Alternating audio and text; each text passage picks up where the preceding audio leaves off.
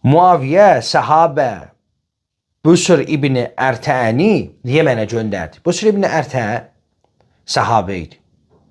Onu Yemənə göndərdi çünki Yəməndə Həzrət Əli əleyhissalamın valisi var idi. Həzrət Əli əleyhissalamın valisini qətlə yetirdi. Bununla yetinmədi. Onun 2 dənə həddi buluğa çatmayan övladını nədir? Qətlə yetirdi. Bunu kim elədi? Kim elədi bunu sual? Bax bunların hamısını Yezid elədi. Kəbəni mancanaqla vurdu. 3 gün əsir tutdu Kəbəni. Oradakı qadınları, uşaqları mübah elədi. Oradakı qadınlara təcavüzkarcasına təcavüzlər edilədi.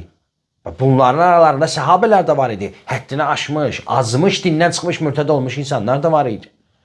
Cəmaatın qanını, malını təsərrüf elədilər öz mallarıymış kimi. Bax, budur azğın toplum. Bunların yolunu gedən də